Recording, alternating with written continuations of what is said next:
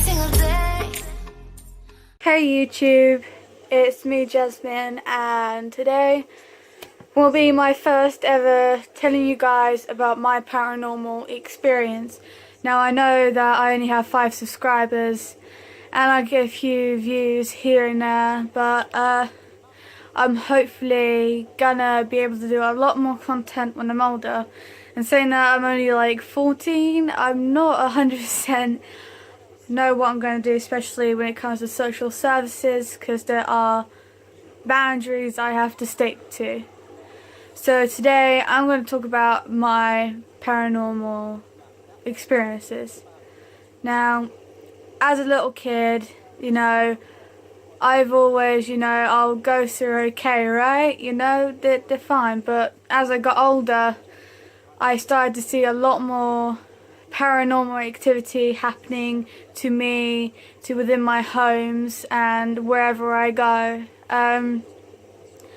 Last year, my Uncle Gary, who was specifically very close to, committed suicide, and that broke my heart and a lot of other people's. It put me through a lot of grief. And knowing me, I try to forget about things and put different things in my head as much as I can possibly do. After he passed away, I started seeing a lot of things changed within my mood, in between the surroundings I was in was changing. At this time, I was within a foster placement, and I sat downstairs in those little rooms with all the sinks and everything. I just had like a little bunk bed in there, which was fine by me. But the creepiest thing was that I would wake up in the middle of the night in pools of sweat and absolutely terrified. And the next thing I knew, it only happened once, that my duvet shot across the room. It just went like that. I don't actually have any footage of this stuff, saying that at that time I did not have a phone. I was 12 years old, and at the same time, it was absolutely truly terrifying, and I just couldn't get my head around it. I was like, what is this? What's going on? I absolutely freaked out. I knew my foster parents at the time, they didn't want to hear crap like this in the middle of the night, even though I believed 100% it was true.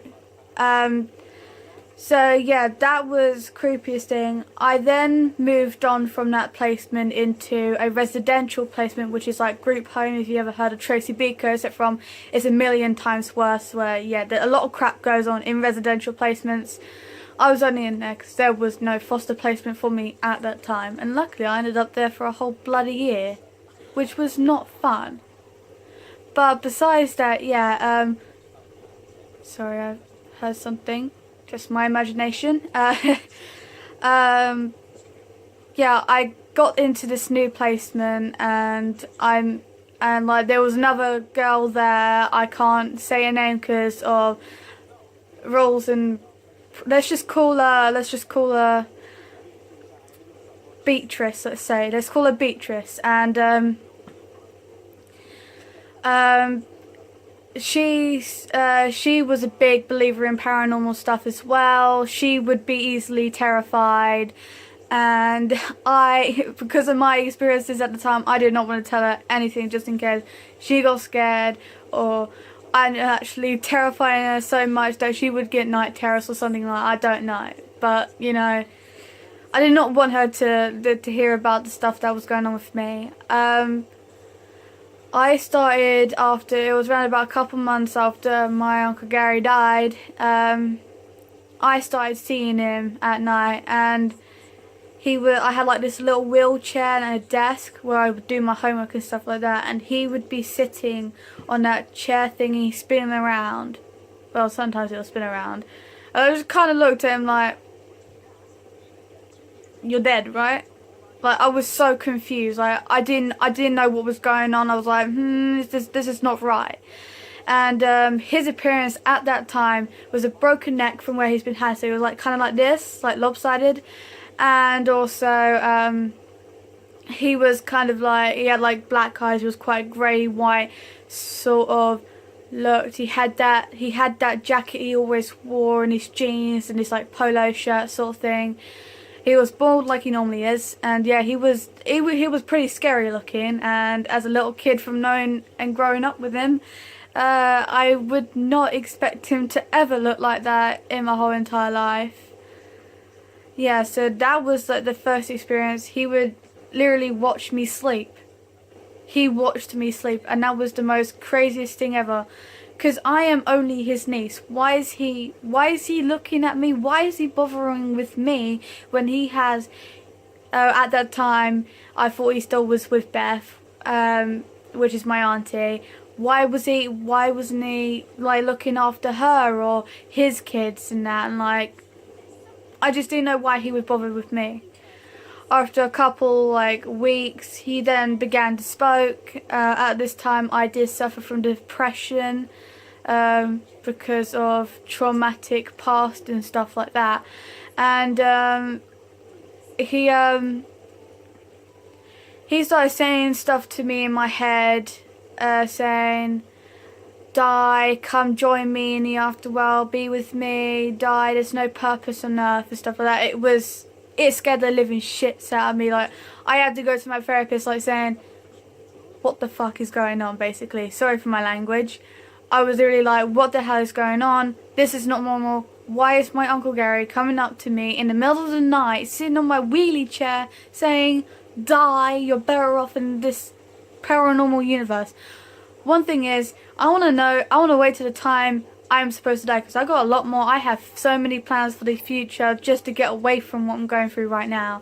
And, you know, I don't want to die, and I don't want to know what's on the other side. Like, is there hell? Is there heaven? Is there a paranormal universe where there's ghosts? I don't want to know. I don't want to know until it is my time to know.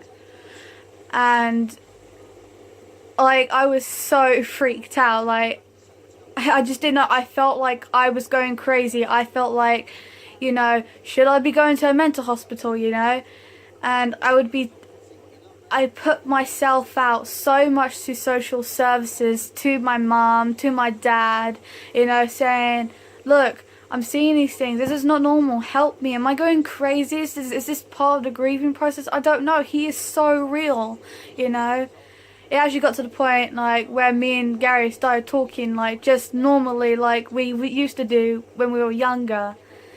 And at one point, because I had, like, this little bunny teddy bear I used to sleep with when I was younger, I lost it before he passed away. And I had this new one. I have this new one that I now sleep with. Is a Build-A-Bear. It does me for now, you know, like, I really need to grow up. I know that one. Don't hate me on it. Yeah, like, he picked up my bunny rabbit, and as soon as he was like, what's this? Like, where's Pebbles? Which is the previous bunny that I called. And I was like, oh, I lost him in Asda, which I literally did. And which was, for me, quite depressing. Yes, I'm laughing at it now, but yeah, now it's like I'm over now with that. He picked it up, and as soon as that, Beatrice, the other girl, and the carer, one of the staff members that worked there, walked in and saw my bunny float in the middle there. Beatrice passed out. And the carer was just as soon as I walked in, like, I saw Uncle Gary kind of like tilt this way, look at them, and drop the bunny rabbit and went off.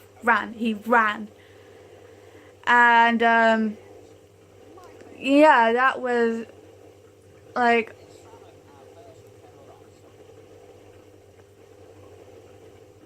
at the moment of time, it was really hard. I fell real low after that.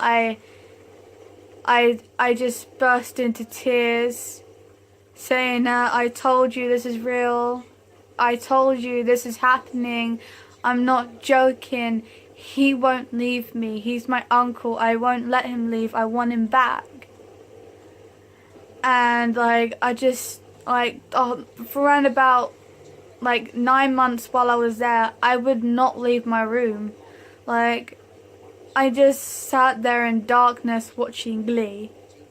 And if you ever heard of Glee, it's actually quite good movie. Well, it's not a movie, it's a TV series, and with all musical talents and that in high school and stuff, yeah.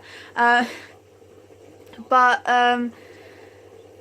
I was so depressed. Like, for me, if you look at the carer's point of view, it looked like just me watching Glee in my room. On my point of view, I'm sitting there with my teddy bear, cuddled up with my Uncle Gary, watching Glee. I only cuddled him because I felt bad for the reason why he did what he did to himself. And I wanted to be with him. I missed 5 years of being with my uncle. I missed 5 years because of social services. And I just wanted to make up with that. I just wanted to hug him, say I missed you, you know, say that I want to be there with you. And right now I'm really trying not to cry, because that is the last thing I want to do and get myself wound up by the situation. After a while, I had my room was pretty big, so I had like a little sofa and that, which is where the staff members would sit if they came in to talk to my room and that. And pretty cheap sofa, it was only £15. Yay. Go on eBay, guys. I woke up in the middle of the night and there was this little girl who was sat on my sofa looking out the window. And at that time, I kind of like, this ain't Uncle Gary, who is this? And I said, hello, who are you? And she looked at me, and she had blood red eyes and all dripping down her face, and then boof, she was gone like that. She was like that, gone. And that was kind of a bit like a jump scare to me, because I wasn't expecting her to disappear or anything like that. I just expected her just to sit there in confusion on like, who are you? I thought I was supposed to be I'm trying not to joke about it. It's the only way I can cope, because I find it really hard to talk about these things, but I feel like I need to get this out because this could be happening to other people. After a while this was going on, I started feeling suicidal, started feeling like, why am I here? Why am I experiencing this thing? I can't cope anymore. I just need to go. It's better for me, it's better for everyone else, because I revealed to my dad that I was bisexual and he didn't like it, so he disowned me. Now we're talking, but I'm only doing that it's just so I can keep close to my brother, who I barely get to see, and he is so important to me. I can't lose him. Yeah, since residential, I stopped seeing Uncle Gary, and I got really low again because I wasn't seeing him. And because it was like, I got so used to him being there, keeping me company, make me feel like I was safe. And then after that, like, I didn't see him no more. After that, I didn't really see anything. When I, for the past 2 placements I have been in, have broke down. And that's just due to the lack of actual bloody decency people have in social services. They don't care. They don't care about kids. They hate them. And you know what? Next video, I will put out my full actual thing I hate about social services. I hate them so much. It is unbelievable. It is that unbelievable. I hate them so much. Yeah, completely off topic. Yeah, so I've been at my nan and granddad's at the moment. This is my nan and granddad's house. I sleep in the back room upstairs, which no one has used besides if me and my cousins were staying over, which is very rare. My cousins will be staying over. It will literally be me. only, and it has been only me lately. And I see a lot of creepy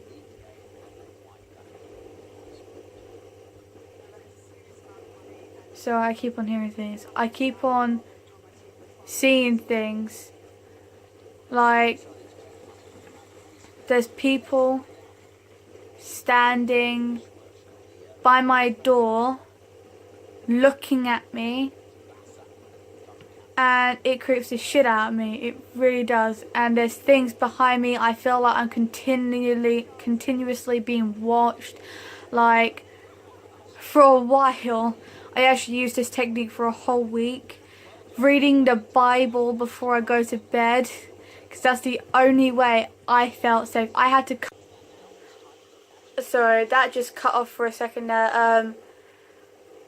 There's a very long mirror on the wardrobe, and I kept on seeing things through that window, like a little someone like just behind my shoulder, and I'll be too scared to look behind me. Like, I couldn't do it. I didn't want to see what they were about to do to me, and I just felt like, is this it? Is these people going to kill me? What are they going to do to me? And it's terrifying knowing there's someone there, standing there, who is not alive in your freaking grandparents' house that they've lived in for longer than your own parents have lived, standing there behind you. Imagine that. Imagine it's like 12 o'clock at night, you're sitting there watching your YouTube as usual, like a normal teenage kid who just sneaks their phone out of their grandparents' room, and they're standing behind you, and you can see that from the mirror, and you can see what they look like. It is scary. It scares me shit. It really does. And it's just like, every time I'm shivering, I just don't know what to do. After that, I was watching YouTube as usual, and there's somebody in the corner of my room by the wardrobe, standing there, looking at me, smiling at me. And this didn't look like my uncle. This person I didn't even recognize. Like, I didn't know this person. I don't think I've ever seen it in my past, ever. Like, it scares the absolute shit out of me. And he stands there. I'm like, okay. I'm kind of like, okay, as long as I don't talk to it, annoy it or anything like that, it will be fine. He's just doing his own thing. I'm doing my own thing, you know. That sort of thing. That's the way I had to see it. Otherwise, I'd just freak out. And I'm just like there watching my YouTube, and then I started hearing him. He's saying, "You're hurt. You're gonna die." And he repeated that like five, 6 times. Then I started getting really scared. So I texted my mom, saying, "Mom, I see this guy at my wardrobe.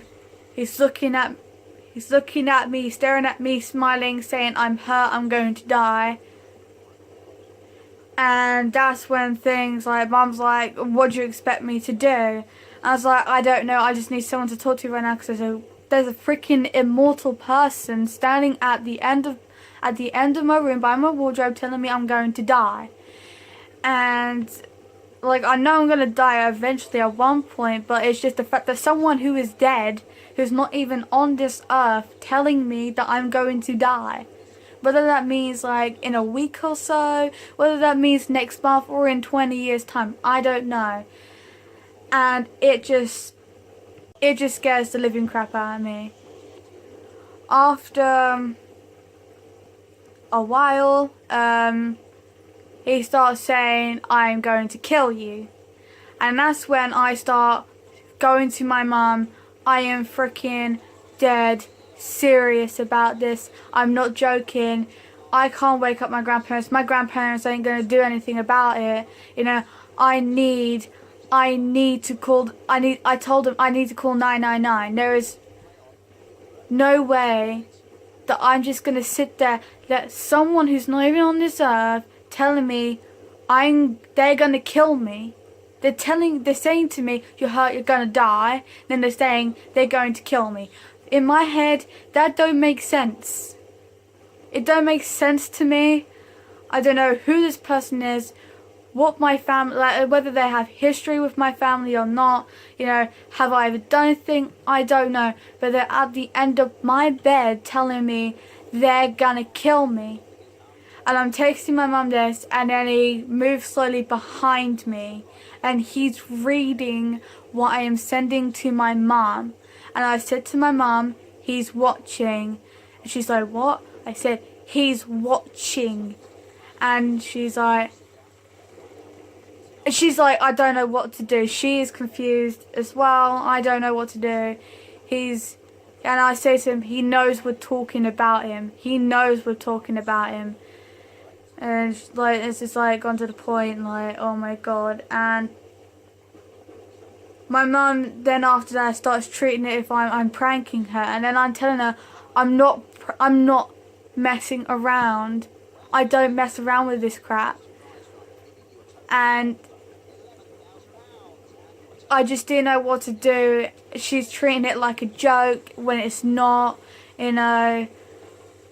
This guy, I don't know whether he's a good one or a bad one, but it sounds really doesn't sound good, to be honest. And I don't want him to come to me saying, oh, you're gonna die, I'm gonna kill you. It's not normal, you know. And like, I started getting very panicky, I started getting really scared, and then he disappears and I don't see him again after that night. Like, during that night, I did not see him while that night was going on afterwards. And like, after around about 3 hours, I began to calm down, and I didn't get to sleep till around about 5 o'clock, you know. I didn't get up until 1 the next day, which was to my grandma's surprise. But I told her what was going on, and she said that's not normal. And I tell her, like, you know, like, my past experiences with, like, Uncle Gary, with that girl, you know, why is this happening? Why is this happening to other people? I have never touched the Ouija board. I have never tried contacting a spirit. I've never even tried until I know how to cope with it, how to control it. My great-grandma, she was a spiritualist, and she was a very strong one indeed. And that scared me, because what if she's done something to piss one of them off, and now they're haunting to the entire family, but they're not going to bother with my grandparents, because I don't know why, but they're bothering with me. Why? Why not my cousins, you know? It is scary. And then thinking about it, my cousin, Paris, who was born, like, which my auntie found out she was pregnant with her not long after Uncle Gary died. She's almost a year old now. But when she was born, and even to this day, she looks identical to him. And I mean, the split in image, if you see the picture of him when he was a baby and you see Paris, they're split in image. It's just a girl version. And me and my auntie Sammy think, this must be reincarnation. I was like, he was a spirit, I was seeing him. And then, even when you were pregnant with Paris, I was still seeing him. How is this possible? I just didn't get it. I didn't understand. I didn't know how this was going to work, like, what, where, and why. And I just gave up looking for the answer, because it's going to come to me anyway. It's not going to be any help. And nobody believes me. Everyone thinks I'm crazy. And that's up to now, for the past year of my paranormal experience. Some people say it's not enough experience. Some people say it's nothing. Some people say I'm crazy. But I'm telling you, I hear things, I see things, I've experienced them, I've touched a spirit. I touched my Uncle Gary. I didn't touch anyone else. She said no. I hugged him. He's my uncle. You can't just expect me to sit there and just not give him a hug after 5 years. You know, after everything he's done for me. Like, I felt so bad. Like, he did so much for me as a little kid. And then I feel bad because I didn't do nothing for him in return.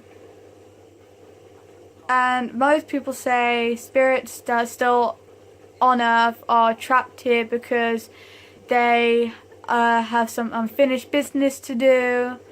I have a few theories on what some of them wanted me to do. Like, maybe they wanted me to help them in any sort of way, get to what they need to achieve to move on.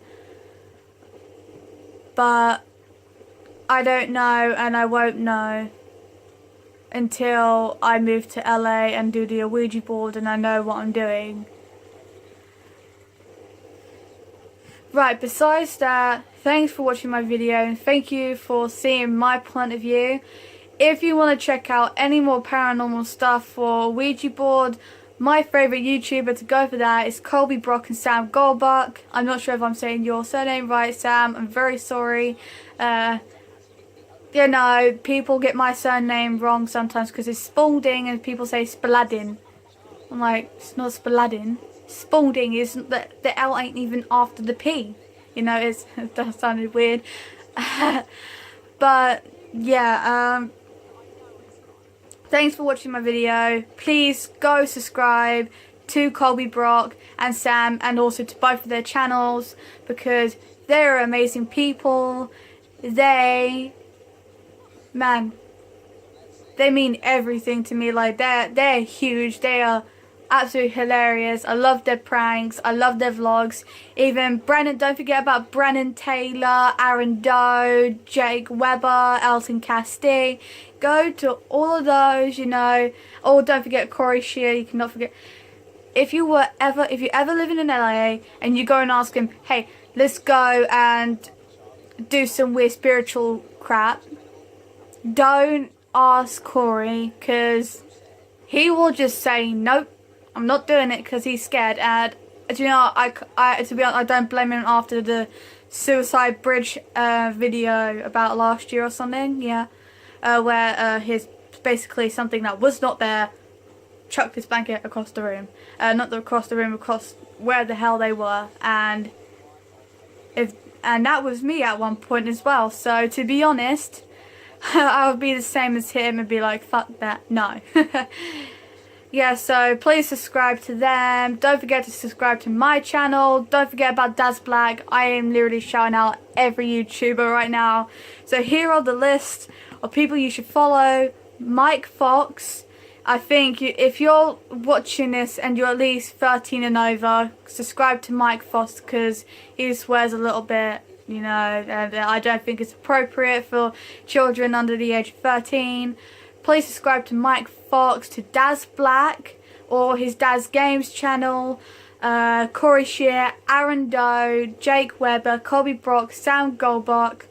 Don't forget Just Destiny as well. He's not too bad himself.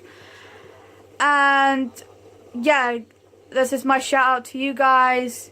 Thank you for watching my video. Don't forget to hit that like button and subscribe. And if at least we get to, please, because this is only an early channel, please get up to at least, I say, 5 likes, and I will talk about my my experience through social services, and hopefully that will be helpful to whoever kid that's watching this, and also in social services. So thank you for watching. Have a wonderful day, and do whatever you're doing, school, whatever's. And yeah, I shall see you in the next video. See ya.